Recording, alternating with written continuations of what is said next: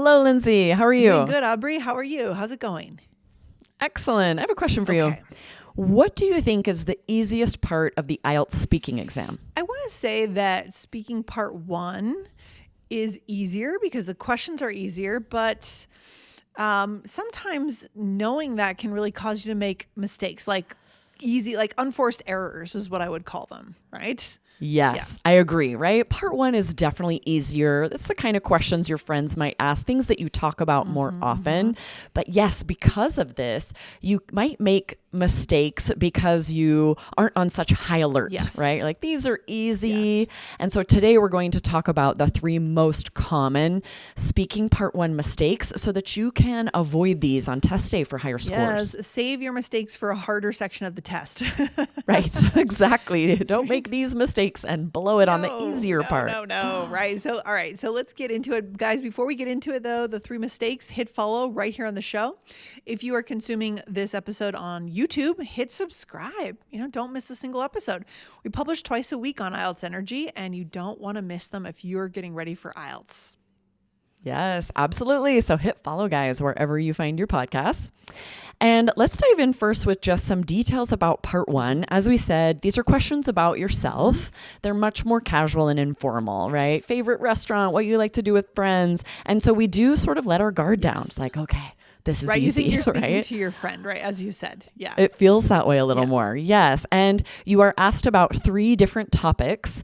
So this sometimes might throw people off a little bit. You kind of get in the zone with one topic. There will be like related questions on a topic, and then suddenly they're going to pivot to a new topic. So just be prepared for that, because conversations don't usually work that way. As I was going to say, it doesn't feel, if someone did that to you in a conversation, like at a party, that'd be weird. They would have weird social skills. It would be strange. Yeah, there's no pivot really. There's no segue. They're just going to ask you about a new topic all of a sudden. So, all right, let's get into it. The 3 mistakes, Aubrey. What would be mistake number 1?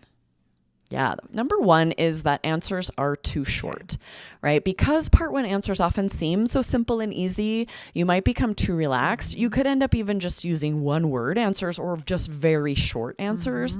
This isn't good enough. You still need to have details. You still need to show your fluency. So let's give a couple of examples of what not to do.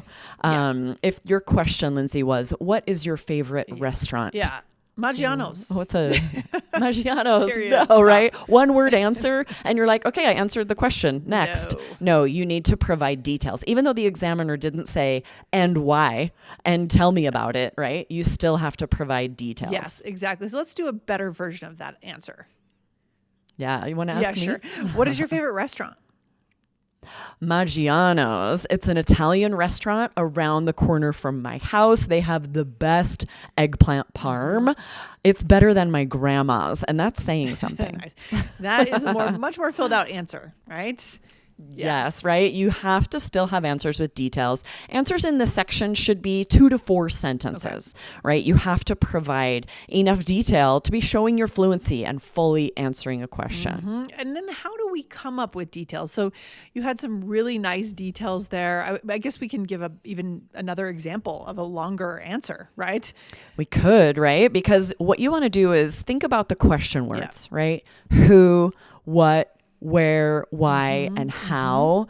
And those are what's going to give you the details, right? Who do you go there with? Why is it your favorite? What do you eat when you go? Where is it? Why is it your favorite? If you share the answers to any of those questions, that's going to give you a lot more details. So here's another this is different from what you said in your answer, but your answer was also really good, right? So here. Yeah, go ahead and give us a band 9 answer. All right. So again, you want to ask me the question one more time? All right. What is your favorite restaurant? An Italian spot named Maggiano's. It is by far my favorite place to grab dinner. Their eggplant parmesan would blow your mind. Every dish is super delicious. I truly pity anyone who hasn't been able to check it out. Nice. Yes. Such great intonation, right? Great vocabulary, details you're sharing, what you eat there, why you go, right? So all of these details are making it a much higher scoring answer. Nice. All right. So that is the first mistake, the fatal mistake. You don't give enough information. You just give a 1-word answer or a few words. It's not enough. Number 2. Yep. Even though they're pretty simple questions, it can't just be a simple answer. Yes. Got to provide details. What would be number 2? What's the next biggest mistake? Yes, is that your vocabulary is low scoring. So the vocabulary you use in speaking part 1 will be quite different from the vocabulary you use in speaking part 3 and on your essays on the writing exam. If you want a higher score, you need to use a range of vocabulary, including slang, phrasal verbs, and idioms. I mean, that's why we do so much vocab on this show, right, Aubrey? We do vocab on so many different themes. Yes. So that because you need topic specific vocabulary. Yes. Exactly. Yep. The examiner really wants to know that you know more words than the average person, the average candidate, or than the average textbook. Right? Exactly. They want unique words. They want words they haven't heard from everyone. That's what makes them band 9, right? So a good strategy is to have a short list of slang and idioms ready to use, and they should be pretty flexible so that you could use them on lots of different questions. Yes, I love that idea. So some examples from our sample answer that we just gave, we use the word super, right? That is clearly a trendy slang right now. Yeah, but this works, right? Yeah. This gives you great. You said it's every dish is super delicious. Instead of saying very or really, this is slang to say super delicious, way or totally. These slang words that boost your vocab score. And also I used an idiom, blow your mind, right? That's not one that the examiner is going to hear from every candidate. Okay. Exactly, right? You said the eggplant parm would blow your mind. This is idiomatic. This is more rare. If you were just to say their eggplant parmesan is really good, that is low scoring. Band 4 maybe even, right? You need idioms, and especially this blow your mind. You could use that for so many different questions. It just means really good. Think about how many times you need to say that on IELTS answers. Love it. So good. So good. All right, Aubrey, there is a third fatal mistake on speaking part 1. What is it? Yes, it is low scoring pronunciation. Monotone is most glaring on speaking part 1 because you are sharing personal information and you should feel something about what you're saying. So the examiner should be able to hear emotion in your voice that fits your answer. Yeah, you should be emphasizing interesting words just like we did in our example to vary your tone. Again, rewind back again to the example about Maggiano's. There was a lot of variation in my voice. Exactly, right? That would be a very high scoring pronunciation score. I'm going to share it with a monotone. This would be a very low scoring pronunciation score. If you gave the same answer and said, an Italian spot named Maggiano's is by far my favorite place to grab dinner. Their eggplant parmesan would blow your mind. Every dish is super delicious, and I truly pity anyone who hasn't been able to check it out. I'm very flat, right? There's no emotion. I'm not emphasizing any words, and this would be like band 5, band 6 pronunciation score. Yeah, and even if you do maybe put in some fun slang or idioms, I might miss them as the examiner because it's so monotone. You kind of lose me a little bit, right? Right? You might put them to sleep and they miss a lot of your great vocabulary. It's so true. So this is really important. And this is one of the things students let slip most often because you are thinking of the grammar and the vocabulary you need to use and the details, and it's easy to not realize that you're falling into a monotone.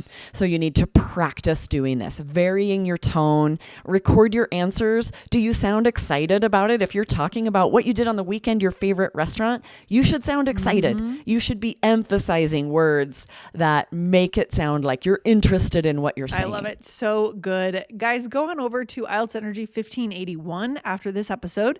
Gravitate toward this band 9 music vocabulary. Speaking of vocab, we taught you a number of vocabulary expressions around music there, right? Yes, exactly, right? And those were part 1 questions. So all of these strategies you should be using with that vocabulary when you practice answers about music. Be sure not to fall into any of these traps. Don't make these mistakes when you're practicing so that you don't make them on test day. Any final takeaway, Aubrey? I mean, I think for me, the takeaway here is don't fumble an easy pass, right? Like this is, this is Exactly. Yeah. That's a great football metaphor, idiom, right? It's so true. You should have the highest scores on part 1 because you will definitely have something to say. Yeah. It's things about your personal life, but you need to say enough, provide more detail, use interesting vocabulary, and definitely avoid monotone. Yes, 100%. Really good stuff today, Aubrey. And guys, don't forget, hit the follow button right here on the show or over on YouTube if you want to subscribe to our channel over there. All right, Aubrey, I'll see you next time. Awesome. See you next time. Bye.